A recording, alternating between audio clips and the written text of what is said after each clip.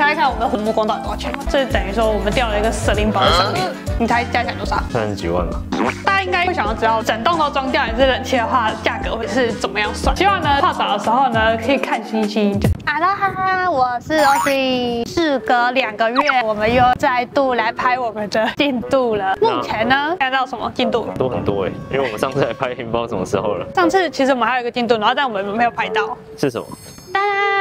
塑木，大家有看到旁边这个黑黑的这些塑木外皮，就是它看起来是木头，但是它其实是塑胶。对，它就是可以放在室外。一般的木头会怕湿，可是塑胶就不会。对，它就是防水。然后它又有木头的造型，所以是蛮好用的一个材料。我们现在目前在做木工，然后想说带大家来看一下木工目前的状况。我们有一些木工的前置作业，或者是木工做的时候，我们应该要注意哪些小小的细项，就是想说给大家参考一下。木工做下去之后，很多东西就都不能再改了。进去看看里面还有什么改变吧。Let's go。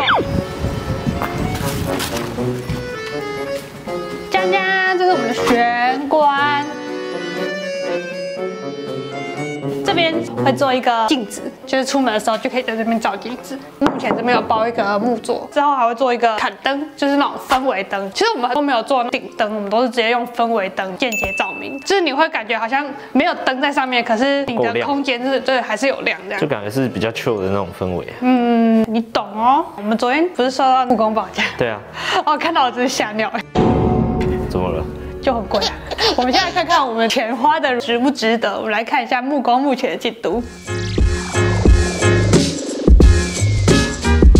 大家可以看到天花板那个主要架构都完成了，已经装好那个空调的部分。因为我们的这个空调很大台，就是因为我们前后都有落地窗，楼梯上面有一个天井，所以我们就是很怕不凉。其实我们的空间扣掉车库那一块，我们1楼的空间其实大概可能就是10平左右，可我们装了一个3.5吨的冷气。但因为我们1楼是厨房啊，厨房的话就是煮饭也是怕会有一些热气，能量不灭定律嘛，所以你瓦数用多少，你就会散发多少热能。哦，你的物理好像很好哦。对吧？你散发多少热能，你冷气就要用相对应的瓦数去跟它抵制，所以他那时候才会算这么大吨数。对，维修孔的话，主要就是建议是可以让整台机器可以直上直下，这样子之后要维修还是你要清理会比较方便。大家应该会想要知道，整栋都装掉一次冷气的话，价格大概会是怎么样算？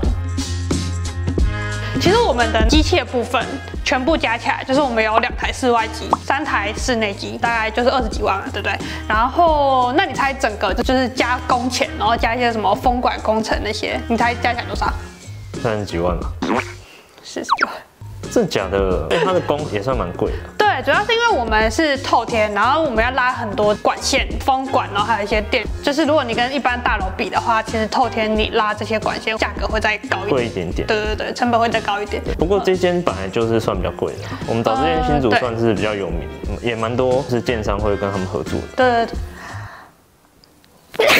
这间厂商他们其实主要他们拉的管线就是都拉得很整齐，然后施工品质也比较好啊，然后还有售后服务也是比较好，所以他们价格会稍微收的再贵一点点这样。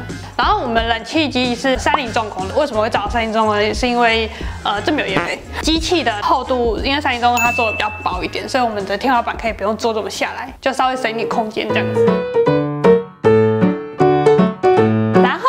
其实我们家在巷弄里面，就是其实我们1楼的光线呢会稍微有一点被前后邻居挡住，而且其实我们家因为我们是边间嘛，所以我们这边原本侧面都还有采光，就是为了想要做这样一整排的系统厨具，所以我们最后就牺牲了这一排的采光，把它封起来，这样，这样子的话就会变成1楼的光线会有一点阴暗的感觉。后来呢改变设定，大家可以看到这边做了一个木做的框，这个框呢用来做薄膜天花。薄膜天花其实就是一片灯的感觉。对对对，它会让整个空间就很亮，但是你又不会是那种很刺眼的那种亮。对，像这一颗。对，这一颗就是直视，我会觉得我的眼睛前面一片黑的感觉。它表层会看到它其实是用一个薄膜遮盖起来。这个框里面最后呢，你要放上很多排的那个 LED 灯。所以它其实会很亮，但是你又加上那个薄膜之后，就会让它看起来是那种，它会把它光发散掉了，对，就不会是一个很集中的那种光源，但它又可以让整个空间就这样亮起来。然后这个地方就是之后会做一个中岛，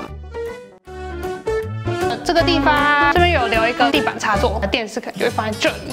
然后这地方之后就是我的一个发呆小角落，就是有一个包覆感，这边包这边包，然后上面也包，很温暖的感觉，听起来很边缘。那大家可以看一下我们这里。做了一个弧形的，正面看不出来，真的吗？要转一下才看出来。弧形的收边，其实我们家做了很多这种圆弧的收边，主要是边边角角，如果是90度的话，会有点太热。太热，这也就是为什么我们的木工超级无敌贵。那你猜猜看，我们的木工到底多少钱吗？不知道，我是不是告诉你的？我觉得这边大家可以注意一下，就是圆弧的报价比一般那个直角的差很多，贵超多的。对。然后呢，左边这边有一个洞，如果你不乖的话，你就可以睡在这里。这么残忍吗？对，储藏室这里会有做一个门。那再过来这里呢，给大家看一下，看这边有一条线。这个线呢，就是我们之后要做指引灯的。提醒大家一下，就是很多灯你都要先请水电，然后定位到真正的定位点的附近。你在绕口令是不是？每2格就1颗，然后每2个就1颗，所以他们这里可以看到这边出现的点位都已经先出好了。对，希望就是我们在走楼梯上去的时候，就是有一路可以指引你上去的感觉。是怕人家不知道怎么上楼梯，是不是？接下来看看楼上还有什么？哎呦，这个角度。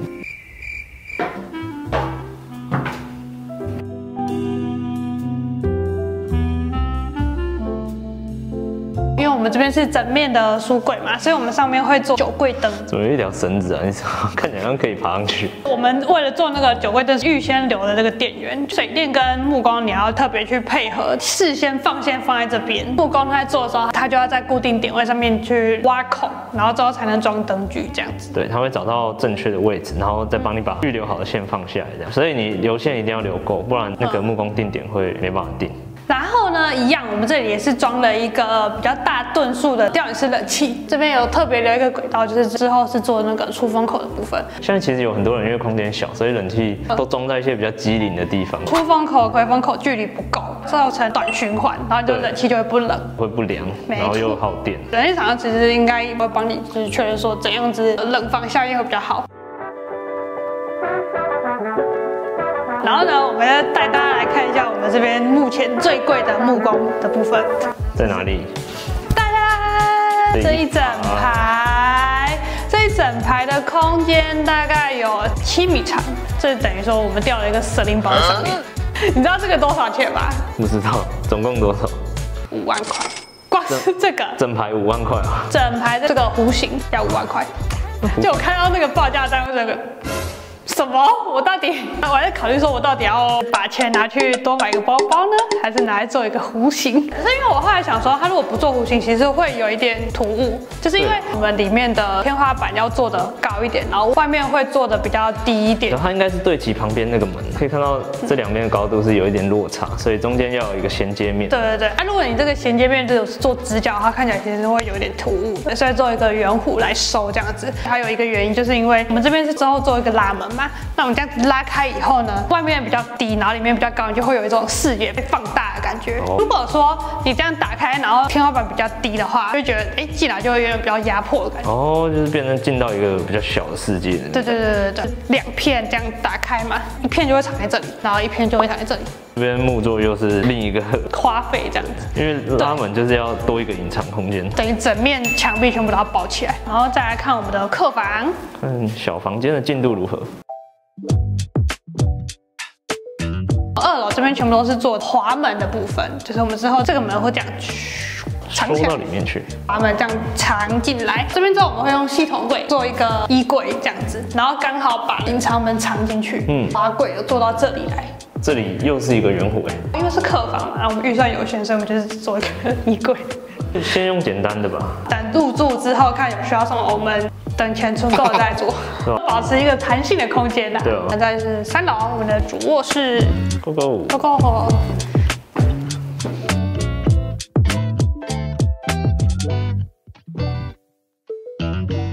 好，这里呢是我们睡觉的地方。之后这里会整面全部包起来，然后里面做氛围灯，所以我们木桌真的蛮多的。来看一下我们主卧的卫浴。这也不是要做一个浴缸吗？对。然后其实我们上面做了一个天井，就是我们很希望呢，泡澡的时候呢，可以看星星，就躺着，然后看着外面的天空这样子，很赞哎！浴室的采光就变很好，对不对？我们上面没有别的大楼，不然应该是会被别人看到。晚上因为我们里面是亮的嘛，然后外面是暗的，所以可以给人家看。对。我们之后还会装电动遮阳帘，反正你如果怕人家看的话，就是把它拉起来这样。哦，我想说你说要洗澡，我就冲上去。你让我觉着恶心。我们上次有讲过，这边是做一个淋浴的空间嘛。我们上次不是说我们在淘宝上面买了一个隐藏式的地漏，泥作师傅已经做好了，他已经把那个瓷砖看进去了。平常就是会跟这边看起来会是一模一样，就看不到是一个很突兀的一个地漏这样子。好，接下来呢，这里是我们的更衣间，看起来很大。没错，这是我的小空间。我们为了想要减少板材的费用，所以我们之后就是这个 L 型全部做一个开放式的架子，因为我们不会做背板，所以就变成说这个地方不帮木做，但是我们还是会上乳胶漆之类，减少一些成本这样子。然后呢，这里就是会做我们的。做我的化妆桌，因为下面会做一些抽屉。其实我觉得木工有一个地方也很贵。什么地方？抽屉的部分。为什么抽屉会贵？抽屉不就跟系统柜一样，一个柜子没有，可是因为呢，我们用的五金是比较滑顺的，就我们用不论的五金。可是我觉得五金差很多对，就是它对于使用上的有感，有一些缓冲啊，然后或者是滑不滑顺啊。对啊，就是有些会让你一直想要一直玩。就是打开推进去，打开推进去，只会更快坏掉吧？最增加成本就在这里，因为你会一直玩，会把它玩坏，变成一个舒压小物啊。其实你不要看它一个五金报价是950，但是呢，如果我们抽屉有12个，那你等于说你光花在五金的费用就1万多块，很贵。有一些隐藏的成本就在这里。接下来这边，我这边会做窗帘嘛，所以这边就做一个那个窗帘盒。然后因为这边空间的关系呢，其实我刚开始是想要做2层，一纱一布的窗帘，但是这个需要比较大的空间，窗帘盒可能就要做至少30公分以上。可是我们这边空间稍微有点不够，就是我们还是需要留一些走道，所以窗帘盒不能做那么厚。最后呢，我们的窗帘盒只做了15公分，那就只能装一部。可能事前就要想说，哦，如果我要装什么样的窗帘，我要先留多大的空间在这边。没错，那走道建议就是宽度至少留个90公分左右，不会有那种比较拥挤的感觉。那接下来呢是我们的更衣空间，那么晒衣空间。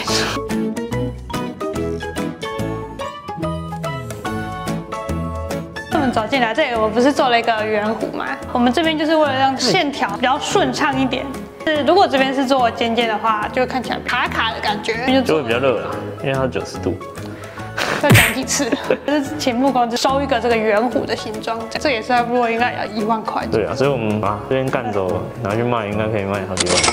没有人要买这个东西，好吗？我们可以看到有一个很重要的，就是为什么透天装带冷暖气很贵呢？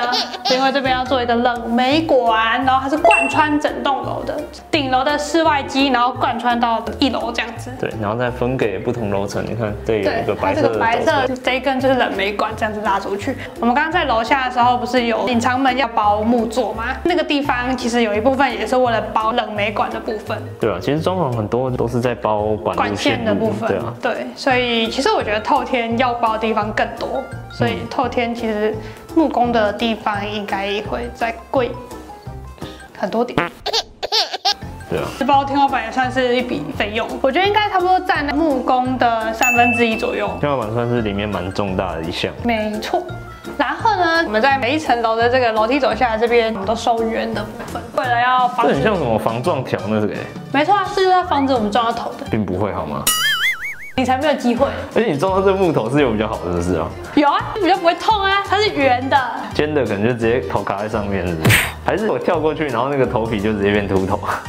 那不是跳过去的问题，那是岁月跳过去的问题。那是岁月跳过去的问题。